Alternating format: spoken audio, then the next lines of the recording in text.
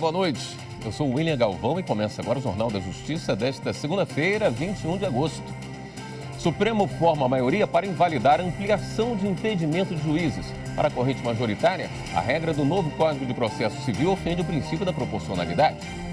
Esse é um dos destaques de hoje, que você acompanha também nesta edição. STF aceita mais 70 denúncias contra pessoas envolvidas nos atos antidemocráticos de 8 de janeiro. Plenário virtual do Supremo julga a lei do Estado do Rio de Janeiro que criou o feriado de São Jorge. E ainda, ministro do Superior Tribunal de Justiça suspende decisão que converteu em falência a recuperação do Grupo Coesa, ex-OAS.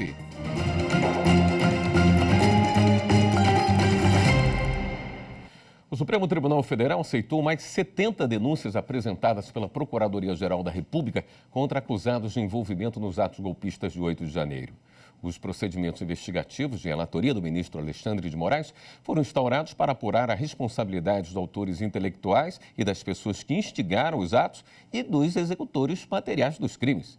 Os fatos narrados envolvem crimes como associação criminosa, abolição violenta do Estado Democrático de Direito e golpe de Estado. A partir da instauração das ações penais individuais, os acusados se tornarão réus. Na nova fase do processo, haverá coleta de provas e depoimento de testemunhas. Só depois o STF irá julgar se condena ou absolve os réus. O Supremo formou maioria para considerar inconstitucional regra do Código de Processo Civil que aumenta os casos de impedimento de juízes. O julgamento é em plenário virtual. Os detalhes com Anderson Arcoverde. Os ministros do STF analisam uma ação apresentada pela AMB, Associação dos Magistrados Brasileiros, contra um dos artigos do Código de Processo Civil. A norma estabelece que o juiz está impedido de atuar nos casos em que uma das partes seja cliente de escritório de advocacia do cônjuge ou de parente até terceiro grau, mesmo que a causa seja representada por outro escritório. Segundo a AMB, seria impossível para o juiz saber se uma das partes é cliente de advogado que se enquadre na norma. O relator, ministro Edson Fachin, discorda e considerou que o dispositivo ajuda a garantir um julgamento justo e imparcial. Já o ministro Gilmar Mendes abriu a divergência e afirmou que a norma pode ter reflexo em tribunais superiores, onde o interesse principal não é resolver o caso concreto, mas formar precedente para outros casos semelhantes. Segundo o ministro, prevalece o interesse de que o precedente formado represente a opinião da Corte, não a opinião de uma maioria eventual. Outros 5 ministros também divergiram do relator. Também em sessão virtual, os ministros do STF julgam 2 ações que questionam leis estaduais do Rio de Janeiro. Uma contesta a norma que criou o feriado de São Jorge. A outra trata da proibição da implantação de caixas postais comunitárias. Os 2 processos são de relatoria do ministro Nunes Marques. Repórter Marta Ferreira.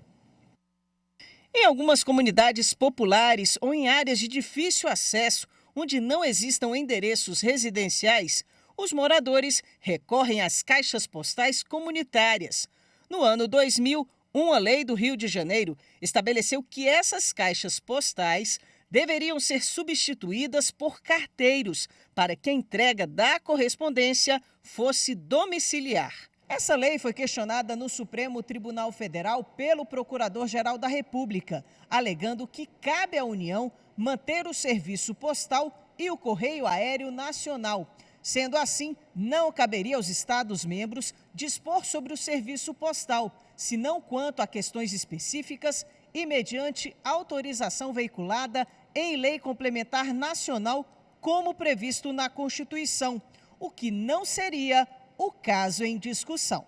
A ação foi levada ao plenário virtual sob a relatoria do ministro Nunes Marques, que acolheu os argumentos apresentados pela PGR. Para ele, o legislador estadual, ao proibir a entrega em caixas postais comunitárias das correspondências que se enquadram como carta, cartão postal e correspondência agrupada, invade a competência privativa da União para regulamentar o serviço postal. Assim, votou pela inconstitucionalidade da norma. Outra lei do Rio de Janeiro também foi contestada no Supremo. A Confederação Nacional do Comércio de Bens, Serviços e Turismo ajuizou a ação alegando ser inconstitucional uma norma de 2008 que instituiu o feriado estadual no dia 23 de abril, em celebração ao Dia de São Jorge. Alega que legislar sobre direito do trabalho é de competência privativa da União. Segundo a Confederação, nessa prerrogativa está implícita também a competência para decretar feriados, já que eles afetam a relação laboral entre trabalhadores e patrões. O processo também é de relatoria do ministro Nunes Marques e está em análise no plenário virtual. Nunes Marques julgou o pedido procedente para declarar a inconstitucionalidade da lei por entender que, ao instituir feriado religioso, houve usurpação de competência privativa da União. A divergência foi aberta pelo ministro Edson Fachin. O prazo para os demais ministros apresentarem os votos no julgamento das duas ações é dia 25 de agosto. O plenário do Conselho Nacional de Justiça abriu um procedimento administrativo disciplinar e afastou do cargo uma juíza federal de Santa Catarina. Segundo a apuração, a magistrada manteve 10 dias na prisão de forma irregular uma mulher envolvida numa operação da Polícia Federal contra o tráfico de drogas e lavagem de dinheiro. Viviane Novaes. A mulher foi presa em abril deste ano durante a Operação Match Point, que investiga tráfico de drogas e lavagem de dinheiro. Depois foi liberada por ordem judicial. Mas a juíza da primeira vara federal de Florianópolis, em Santa Catarina, manteve a ré na cadeia de forma irregular por 10 dias. O erro ocorreu por falta de expedição dos documentos necessários no Banco Nacional de Medidas Penais e Prisões, sistema eletrônico que auxilia as autoridades judiciárias da Justiça Criminal na gestão de documentos relacionados às ordens de prisão e de soltura. Segundo o relator do caso, o Corregedor Nacional de Justiça, Luiz Felipe Salomão, no Banco Nacional não havia nem o mandado de prisão, nem o alvará de soltura da mulher. O relator afirmou que a juíza foi imprudente a ponto de não observar a norma vigente sobre o assunto, mesmo depois de alertada, e ainda causou embaraço no cumprimento de ordem do Conselho Nacional de Justiça. Por unanimidade, o plenário do CNJ votou para abrir um processo administrativo disciplinar contra a juíza, e a maioria dos conselheiros decidiu afastar a magistrada do cargo. No próximo bloco, 123 Milhas será notificada por oferecer vouchers a clientes prejudicados por cancelamento de pacotes de viagens promocionais. Voltamos em instantes.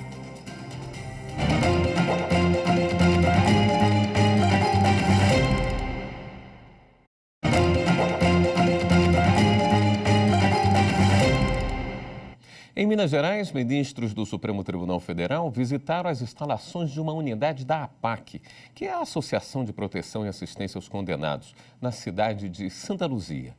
O modelo de recuperação de detentos é uma referência para o país. Confira na reportagem de Cid Marcos. Ao lado do presidente do TJMG, desembargador José Arthur de Carvalho Pereira Filho, estavam o Corregedor-Geral de Justiça do Tribunal Mineiro, desembargador Luiz Carlos de Azevedo Correia Júnior, o ministro da Justiça e Segurança Pública do Brasil, Flávio Dino, os ministros do STF, Gilmar Mendes, Cristiano Zanin e a ministra Carmen Lúcia, além de parlamentares. O objetivo da visita é apresentar o modelo apaquiano de recuperação de detentos. Os diversos ministros e o ministro da Justiça vieram conhecer o método apaquiano, que em Minas é o mais avançado e que mais dinamizou esse processo. Então, é um prazer muito grande recebê-los aqui e mostrar realmente como funciona o método apaquiano. Através dessas visitas podem ser criadas outras APACs em outros estados, né, da nação, e expandir esse sistema de APACs e a gente ter presos mais regenerados, porque o sistema comum regenera uma faixa de 15% e nós regeneramos 80 e tantos por cento, quase 90%. Logo após a chegada, a comitiva percorreu as dependências da APAC para conhecer o local. A apresentação foi feita pelos próprios recuperandos. Às 16h45 começa o lazer, com o término das atividades de lazer às 22 horas. Aí onde os recuperantes recorrem seus dormitórios. A comitiva percorreu praticamente todo o prédio e viu detalhes da rotina interna. O senhor treina a turma? Nesta oficina, um dos recuperandos que trabalham aqui relatou ao presidente do TJMG, ao corregedor e aos ministros o progresso que teve desde que veio cumprir pena aqui. A ressocialização ela vem de dentro para fora, né?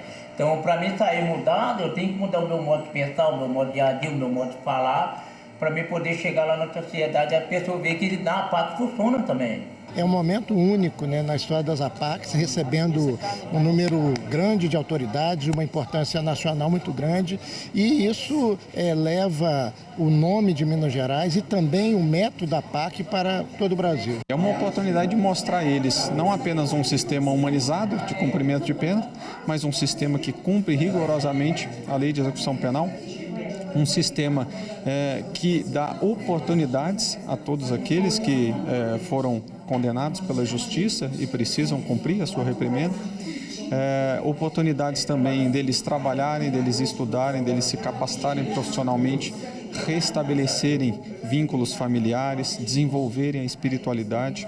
A visita terminou neste galpão. Aqui a comitiva recebeu uma bênção realizada pelos recuperandos.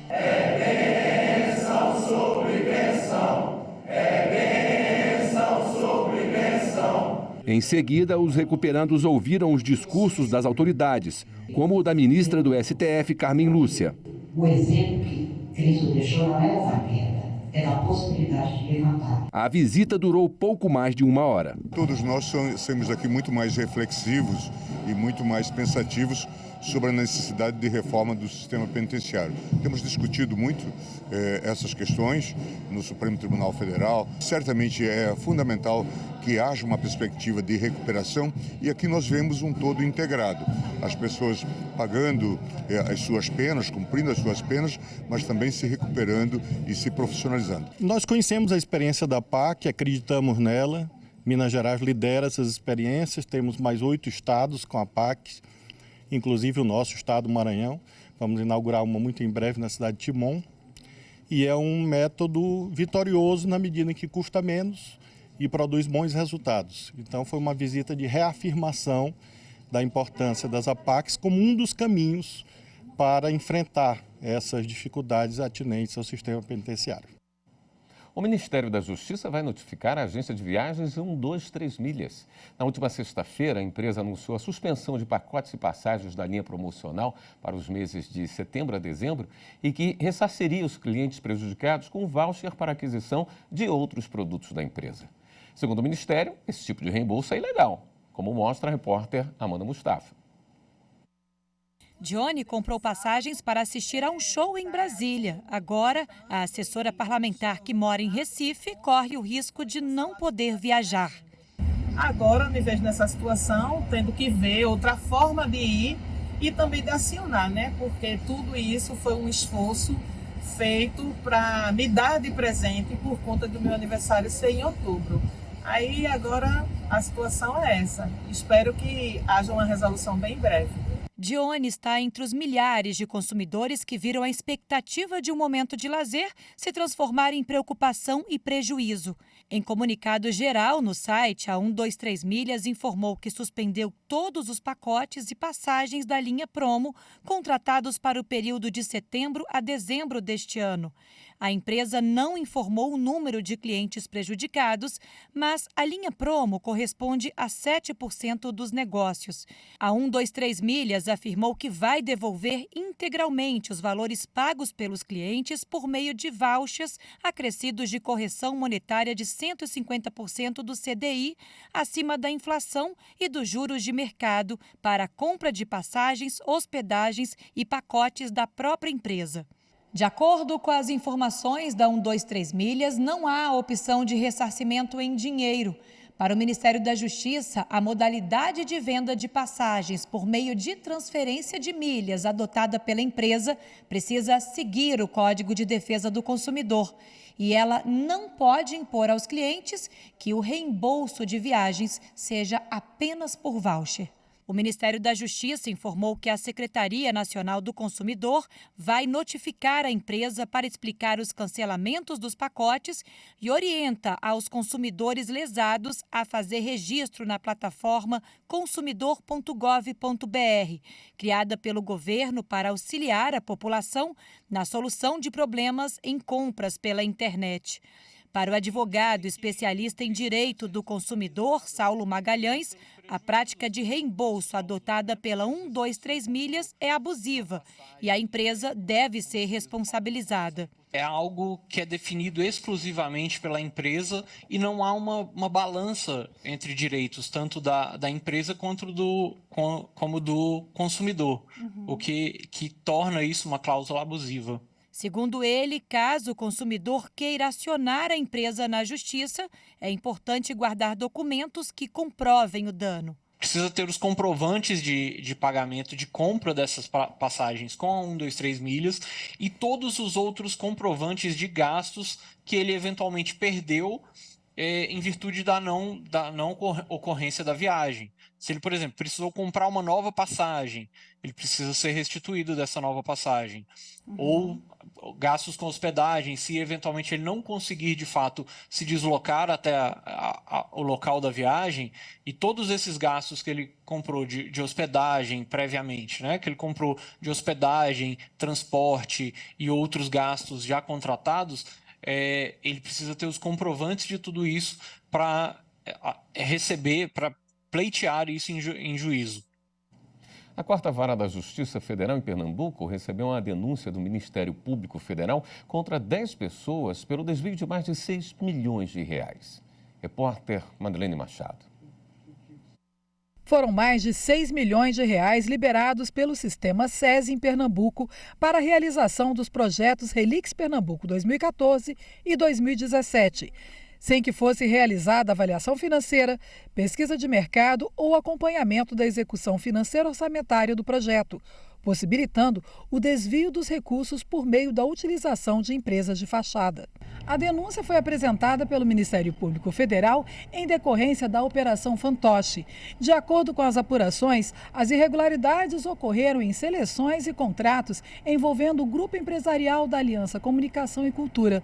O grupo foi contratado inicialmente sem licitação de forma indevida e, posteriormente, por meio da contratação indireta de seus projetos, mediante a cooptação de organizações da sociedade civil de interesse público. Além da condenação pelo furto qualificado, o MPF requer que seja decretada a perda do cargo ou função pública que os denunciados estejam eventualmente ocupando, a perda de bens que sejam incompatíveis com seus rendimentos lícitos e que seja fixada a indenização com valor mínimo igual ao montante furtado como reparação ao erário. A seguir, ministro do STJ suspende decisão que converteu em falência a recuperação do Grupo Coesa, ex-OAS. Voltamos em instantes.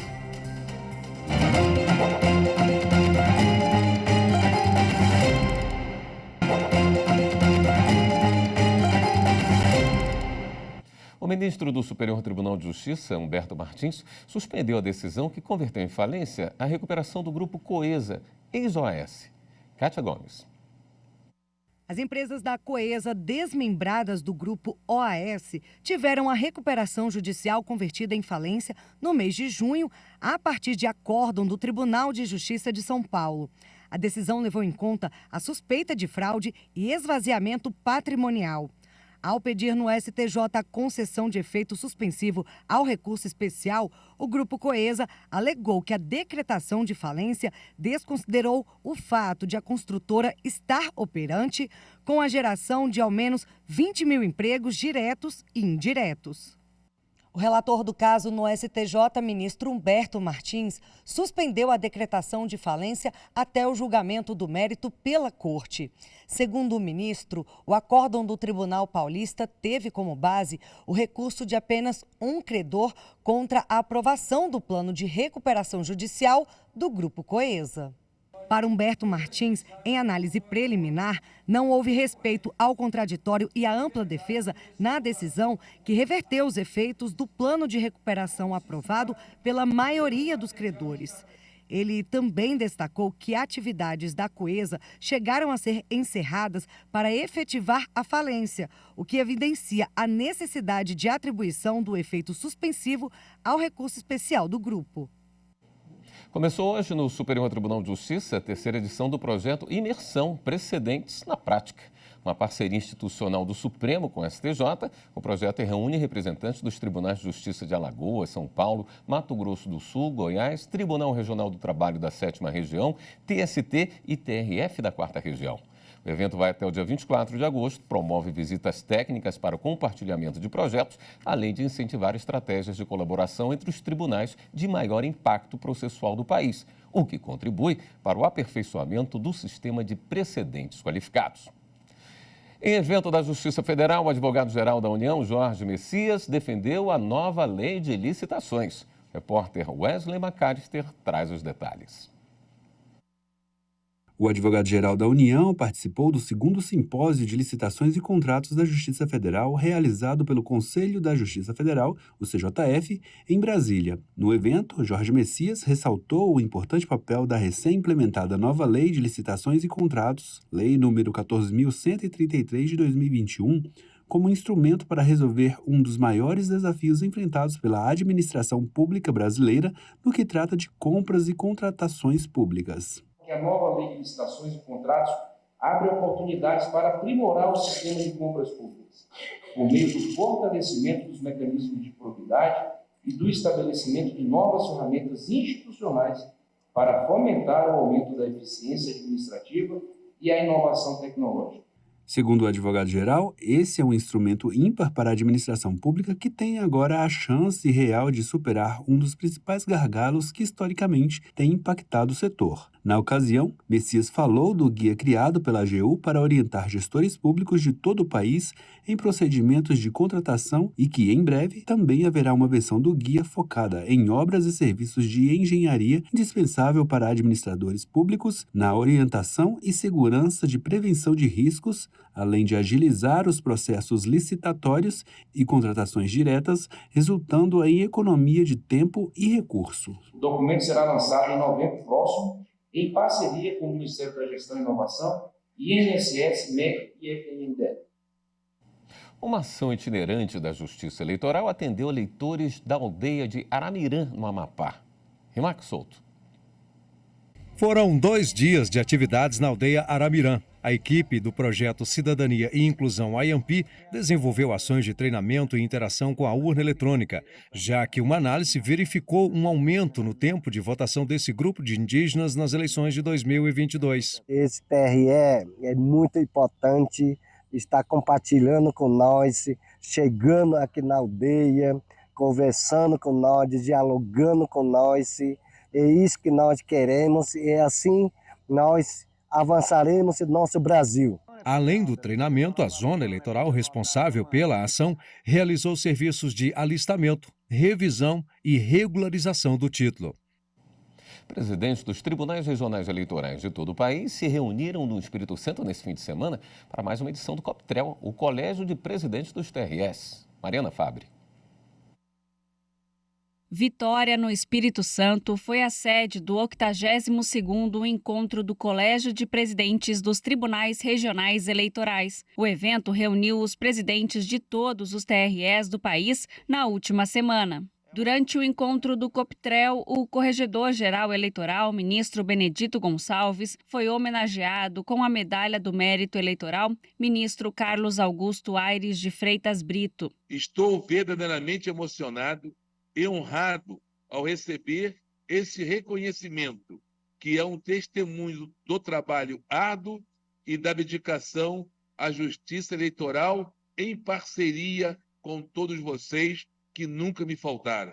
O Colégio de Presidentes dos Tribunais Regionais Eleitorais, COPTREL, foi fundado em setembro de 1995, em Florianópolis, Santa Catarina. Tem como objetivo discutir e buscar soluções para questões ligadas à justiça eleitoral e ao fortalecimento da democracia no Brasil. Foi lançado hoje em Fortaleza o programa Tempo de Justiça Mulher. O objetivo é dar mais agilidade ao julgamento de processos de feminicídio, como mostra a repórter Delane Hatz. Iniciativa importante para o enfrentamento da violência contra a mulher.